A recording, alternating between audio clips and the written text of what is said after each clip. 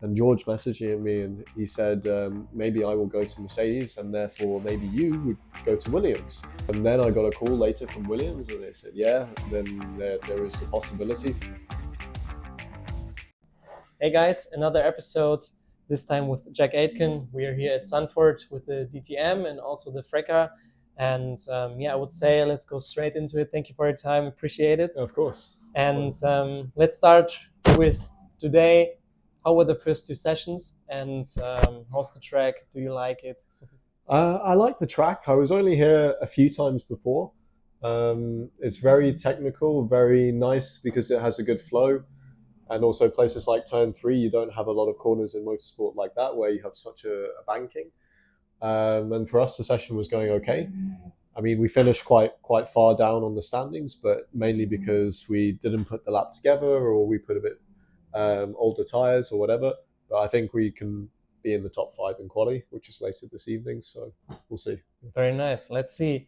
And since I'm talking about the feeder series of F1 a lot, maybe we go back in the past. You had a great Formula Regional, or what's it called, Formula Renault It was back Formula then. Renault back Yeah, then, yeah. It's a bit ago. So and then you became Renault Junior. Can you maybe take us through this season you had in 2015 and also the process when you became a Renault Junior? Feels like a long time ago now. So when I was in Formula Renault Euro Cup, then it was known as, for 2 years. And in the second year, I was winning the championship with Korinen, which is a team not here anymore.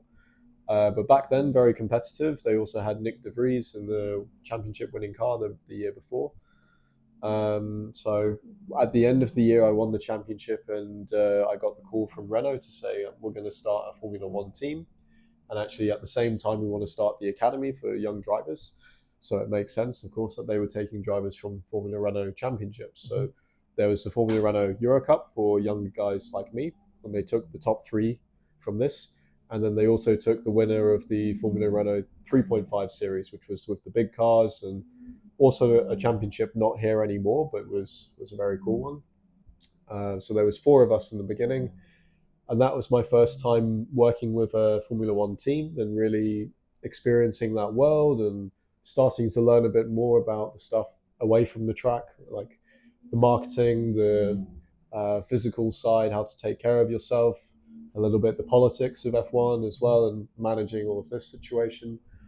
And then they supported me through like GP3 and Formula 2 and stuff like that as well. Very nice. And how helpful was it to have Renault backing to get to a good team in GP3 back then? Yeah, it was very important actually because they were bringing me some extra budget basically.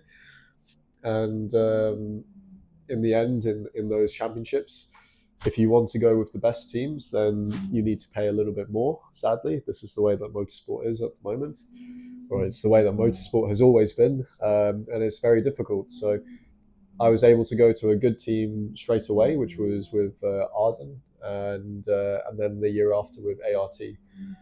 And without the support of Renault, it would not have been possible. The other thing that was good, they just taught me a lot about having a higher expectation for the results and starting to integrate me with the engineers of the Formula One team and say, okay, we will give you a test with some of the older F1 cars. You start to learn a bit about more of the technicalities of feedback, how to set up the car, how to work with the team. And this was all for free, so it was quite valuable for me and for the other guys. But there was a lot of pressure that came with that as well, because if you're not performing, then they can choose anybody from the grid and they can replace you. Yeah. So it was very crucial to always be on. Super unfortunate, but the recording stopped here. It will come back again, but in between those minutes, with whatever reason, it stopped recording. So I noticed quite early after the interview, so I was taking notes what Jack was saying and telling me there. So I was able to capture almost everything. Of course, not in the depth that he was talking to me, but I will try to give every little detail he was telling me. So yeah, he said that he was progressing to Formula 2 with ART, so he stick with ART, also with his teammate George Russell. In his first season with ART, he finished 11th overall, so he was struggling in a way. And I asked him how big of a step is it to go from Formula 3 to or GP3 to Formula 2 in that time. And because we see many people struggling and many drivers struggling, like for example, Dennis Hauger, who was superb in his Formula 3 season and yeah, never came to that level on in his Formula 2 years. So I was super curious, and he told me that it's down to the tires, that the tires make a huge difference because it's the first time that you're using two different compounds in a race. And also when you look at the practice time, you only have a certain time of practice time where you only use the hard tire, and then you go straight to quali afterwards without having tested the soft compound. And yeah, to adapt to it quickly and to get it into the right window, it's a huge factor that must be considered, and that is why it was so challenging for him. And yeah, he also said that it was in general hard to adapt in a championship winning team.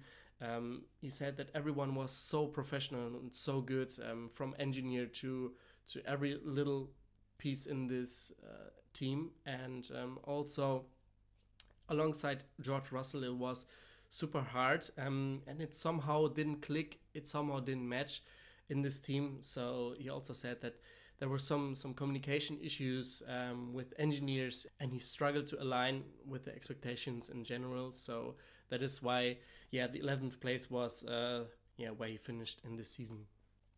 He also said that there was an extra pressure coming from Renault because there was a potential F1 seat available for the next season. I assume it was Carlos Sainz back then when he was moving to McLaren, and he was one of the oldest Renault guys, and from Formula 2, a Renault Junior. It's just obvious that he would be one of the choices, and that brought extra pressure, which yeah, resulted in overdriving and trying too hard to get this thing right, to get the points, to get the wins.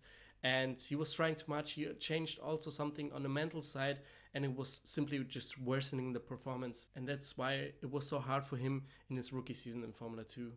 For the next season in 2019, he stayed in Formula 2, but he switched the teams. So he was coming from ART to go to Campos Racing. Back then it was a midfield team, not like these days where Campos is a very strong team in Formula 2. But back then it was just a midfield team, and he said that it also had financial reasons why he yeah, switched the teams, and he simply couldn't afford a top team anymore. But despite having a worse team, I would say, it somehow clicked and it matched, and he finished fifth. So that was a really good season from Jack. And at the end of the season, he left the Renault Academy, and it was consciously because he saw that the door was somehow closed for proceeding to Formula One. So he switched so first of all, he left the Renault Academy, and later on, in the beginning of 2020, he was announcing that he's gonna become a Williams reserve driver and also a Williams Junior, you could say. So yeah, he had 2 reserve driver years for Renault, so it was also quite valuable, I think, for Williams to have him as a reserve driver. And I also asked him how important it is to be in an academy if you're a junior driver. So because he was switching from Renault to Williams, which was basically a good move in terms of probability to proceed to Formula One. But how essential is it to have an academy or to be in an academy? And he basically said it is essential, but also not a guarantee to proceed to Formula One, like we see with Felipe Drugovich, who became an Aston Martin Junior in his last F2 season, and he was absolutely smashing the season. But when you have a Lance Stroll and the Fernando Alonso in the 2 seats, there's no way you will you will get a seat there. So Stroll is locked in for as long as his dad owns the team, I would say. And Fernando Alonso is also almost feeling like a rookie, so he's gonna stick there for a long time, and there's simply just a minimal chance for Felipe Drugovich to come to Formula One through this way. So it's not a guarantee to get a Formula One seat when you're in the academy, but it's still very good, and in general, you need the right academy at the right time. That's it, I would say. Yeah, then we were talking about his move to Williams and his further challenges. After Renault, as I said, he became a Williams reserve driver and junior, and he had again a really difficult season, which also was down to the tires. I think it was the switch from the smaller tires to the bigger tires because the FIA wanted to test them for Formula One, I guess. I think that was that season, and he was finishing 14th. So yeah, not a good season anymore. And I'm super happy to announce that we can now switch back to the video. Yeah, 2020, you were talking about the season with Campos, but it also had a good point with the opportunity with Russell moving to Mercedes because of COVID, I think, from Hamilton. Yeah, exactly. So take us through when you heard the news. Yeah. The news, yeah. So it was already because we were in Bahrain the previous weekend also racing on the full circuit, and then this weekend coming was going to be the outer loop with 5 corners or whatever. And on Tuesday I got a message from George saying, just so you know, like maybe something is going to happen, because before then I was completely not expecting anything. You know, Hamilton was out, so I assumed that Mercedes would be using, I think it was Van Dorn, who was the reserve for Mercedes. So I assumed he would just take the place. Mm-hmm. And George messaged me and he said, maybe I will go to Mercedes and therefore maybe you would go to Williams. So just so you know, we need to be ready. And then I got a call later from Williams and they said, yeah, then there is a possibility for sure. We are just working on the legal side to release George. And I was waiting long into the evening for some news, and they said, nothing's happening right now. You can go to bed, and in the morning then we will confirm it or not. So for sure, I didn't sleep super well. I was just like, yeah. And woke up early and then got the call that, yeah, it's confirmed. You're going to be racing in the car this weekend. And, you should come to the circuit, and we start to prepare. So I was quite lucky. I knew the guys and the engineers quite well already.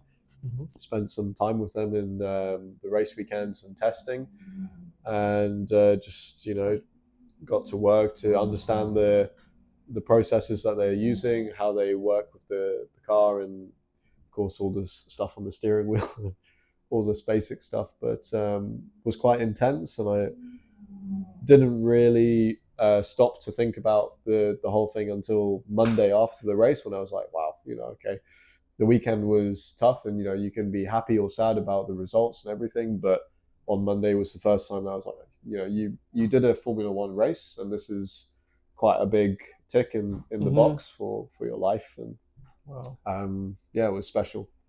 Great. And maybe also from your emotions, how was it like standing in the grid, seeing the red lights popping up?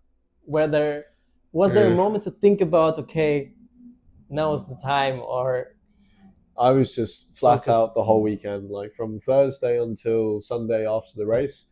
I almost don't remember a lot, because you were so busy to prepare for the sessions, to make the most of the practice, thinking about the strategy and qualifying and the race, and was super intense. I remember standing on the grid for like the national anthem when you have all the drivers mm-hmm. in the front, and I was standing next to some guys that I was racing in F2 the years before.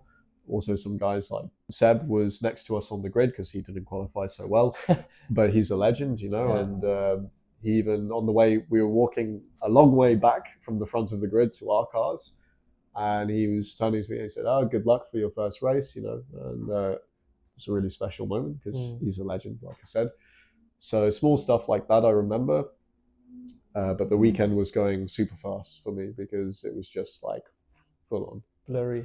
Yeah. Wow. And now you're in DTM. What are your goals from now on?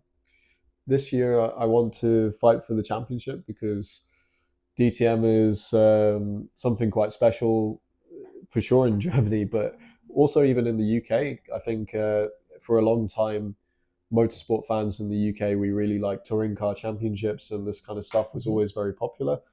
and DTM was always the absolute like top for this. So even if the cars now are a bit more standard, there's still a lot of respect and. Hello again, same problem. So we just continue here. It's only 2 to 3 questions left. So luckily, the main and very interesting part with Formula One was still on this tape. So I was just asking him about his goals from now on, racing in DTM and endurance racing, and this is also his main goal, as you already heard with DTM, that he wants to proceed with that, and wants to finish the season very well. I mean, the season's already over, so you know how it went, but he is also going to the endurance racing path, so that's also where he wants to to build his CV and to perform very well, and also to secure financial stability, he said. And then I was asking him, what does that mean really? Because when we compare it to like football players, when you play in the first league, you usually have, after a few years, you're done for your whole life financially. He responded that it's unlike with footballers. Drivers don't make enough money to live your best life to the end of your life and retire early, but many take on commentary or other roles in the racing sport to sustain their careers, and also to have like a financial foundation, I would say. And he's currently happy to have 2 contracts for financial security and also for his career. So he's in that terms very very happy, I would say. Last question, I was asking him about the differences between a Formula One car and a DTM car, and he was telling me. So first, my impression was that it's primarily down to the downforce, that there's the biggest difference, and the aerodynamics. And he said, yes, it's kind of that way, but what he really says, that the Formula One car is super sensitive. So when you turn the steering a little bit too much, and you feel the rear, you're usually completely done, and you're gonna spin or lose a lot of time. And so some very small changes make a huge difference. It's very sensitive, he said. And with DTM cars, since they are heavier and they are allowing more control while steering, and also when you're drift a little bit too much. So he said, when you feel like your rears are coming, you can really like lean into it and really play with it, with the weight you have in those cars. So it's easier to recover from the drifts, but pushing it to the limits is also necessary and still very challenging. So it's not said that it's easier to drive, so to be at the top, let's say. And also to go more aggressive over the curbs. That was also a big point. He told me that in Formula One cars you usually don't take the curbs too hard, and in DTM, where it's heavier and more stable, I would say, you can just go over the curbs if necessary, and then you also feel like that it's a completely different behavior of the car. So I think we're done. That was everything covered what he didn't cover or the tape didn't cover. So Jack, in case you're watching this, I hope I didn't say any bullshit, but I hope you guys liked it, and I hope to see you in the next video. And till then, leave a like if you liked it, and subscribe, comment, you know what to do. See you in the next video. Bye bye.